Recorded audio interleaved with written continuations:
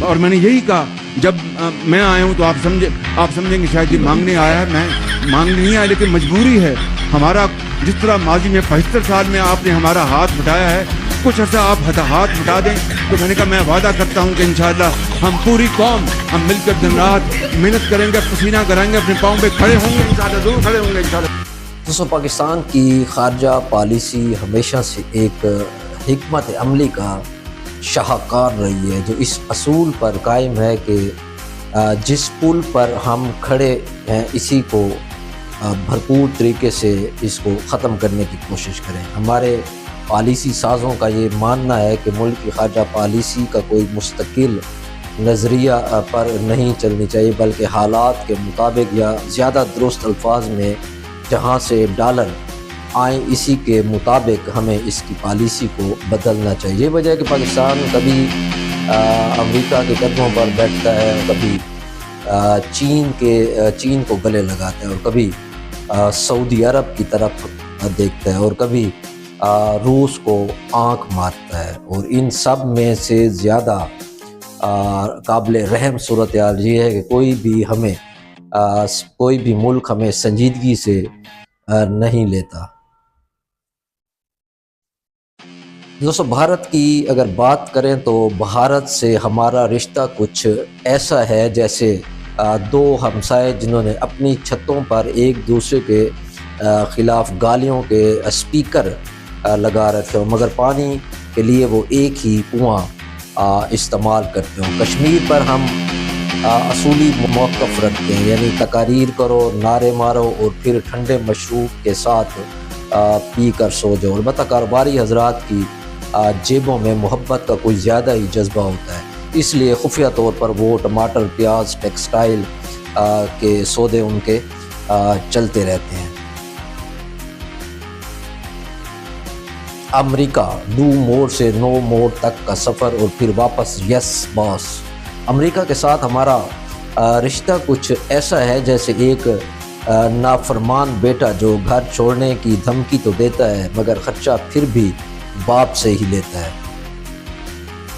دوستو, 2001 میں ہم نے امریکہ کے ساتھ دہشت گردی کے خلاف جنگ میں اتحادی بننے کا فیصلہ کیا, جس کا مطلب یہ تھا کہ امریکہ ڈرون حملے کرے گا اور ہم مذمتی بیان جاری کریں گے. امریکہ امداد کرے گا اور ہم کہیں گے کہ ہم خود مختار ہیں. امریکہ ڈو مور کہے گا اور ہم یس ایک بار پھر ان کی بات کو تسلیم کر لیں گے. لیکن جیسے ہی امریکہ ہمیں فنڈنگ روکنے کی دھمکی دیتا ہے تو ہم فوراً چین کی باہوں میں جا گرتے ہیں. اس وقت امریکہ اور پاکستان کی پالیسی بالکل واضح ہے, وہ یہ ہے کہ ہم ایک دوسرے پر اعتماد تو نہیں کر سکتے, لیکن ایک دوسرے کے بغیر ہمارا گزارا بھی ممکن نہیں ہے.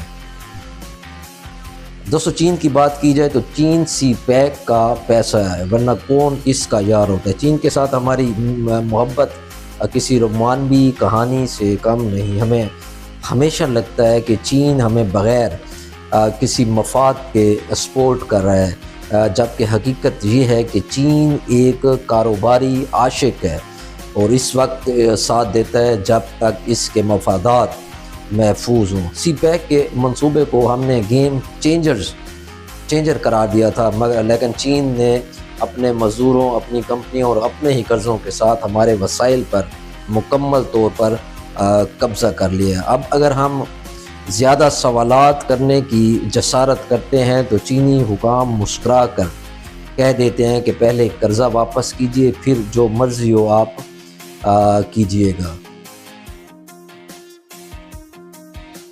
اسی طرح سعودی عرب کے ساتھ پاکستان کے تعلقات مدد کرو ورنہ ہم ترکی اور ایران کی طرف دیکھنے لگیں گے والے اصول پر ہی چلتے ہیں. جب بھی ہماری معیشت ڈوبتی ہے, جو کہ تقریباً ہر سال ہی ایسا ہوتا ہے, ہم فوری سعودی عرب کی دہلیز پر حاضر ہو جاتے ہیں.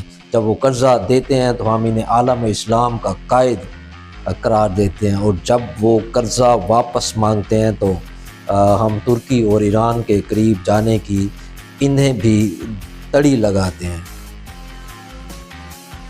دوستو روس کو ہم یقین دیتے ہیں کہ ہمیں تم سے پیار ہے، مگر امریکہ بیچ میں آ گیا ہے۔ روس کے ساتھ پاکستان کی خارجہ پالیسی کی تاریخ کسی ادھوری محبت کی کہانی لگتی ہے۔ پہلے ہم نے روس کے خلاف امریکہ کے لیے جہادی خدمات انجام دی، پھر جب امریکہ نے آنکھیں پھیری تو ہم نے روس کی طرف نظریں گھمانا شروع کر دی۔ روس بھی سوچتا ہوگا کہ یہی وہ قوم ہے جو کبھی مجاہدین بھیج کر ہمیں کمزور کرتی ہے، اور اب یہی قوم ہمارے ساتھ تجارت کی بات کر رہی ہے۔ دوستو افغانستان ہمارا دوست کم اور سر درد زیادہ ہے۔ پاکستان اور افغانستان کے تعلقات کچھ اس قسم کے ہیں جیسے دو بھائی جو ہر وقت لڑتے رہتے ہوں مگر ضرورت پڑنے پر ایک دوسرے سے مدد بھی مانگتے ہوں۔ ہم نے برسوں تک افغان مسئلے پر ہر قسم کا کردار ادا کیا، پہلے مجاہدین کو سپورٹ کیا، پھر طالبان کو سپورٹ کیا، پھر امریکہ کے کہنے پر طالبان کے خلاف ہم نے کام کیا، اور پھر دوبارہ طالبان کے ساتھ دوستی کر لی۔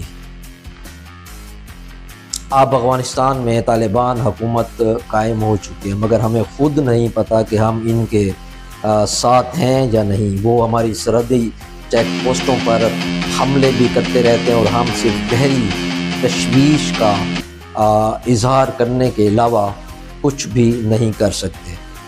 دوستو نہ مختاری ملی نہ ہماری عزت بچی۔ پاکستان کی خارجہ پالیسی کا سب سے بڑا مسئلہ یہ ہے کہ یہ نہ تو مکمل خود مختاری پر چلتی ہے اور نہ کوئی مستقل نظریہ رکھتی ہے۔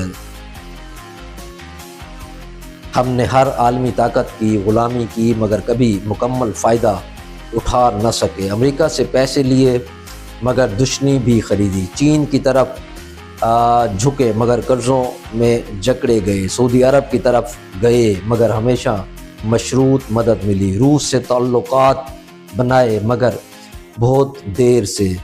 یہاں سوال یہ نہیں کہ ہم کس ملک کے ساتھ کھڑے ہیں، بلکہ سوال یہ ہے کہ کبھی ہم نے اپنی خود مختاری کے ساتھ کھڑا ہونا سیکھا بھی ہے یا نہیں۔ اس پہ غور ضرور کیجیے گا، اور نتیجہ جو نکلے گا وہ یہی ہوگا کہ پاکستان کی قیادت اصل قیادت ہے ہی نہیں۔ پاکستان کو اس یہ قیادت کرائے کا ایک مکان اس نے اس ملک کو بنایا ہوا ہے جو کسی وقت بھی چھوڑ کر جا سکتے ہیں، اور اس مکان پہ کوئی دوسرا کرایہ دار آ کر قابض ہو جائے۔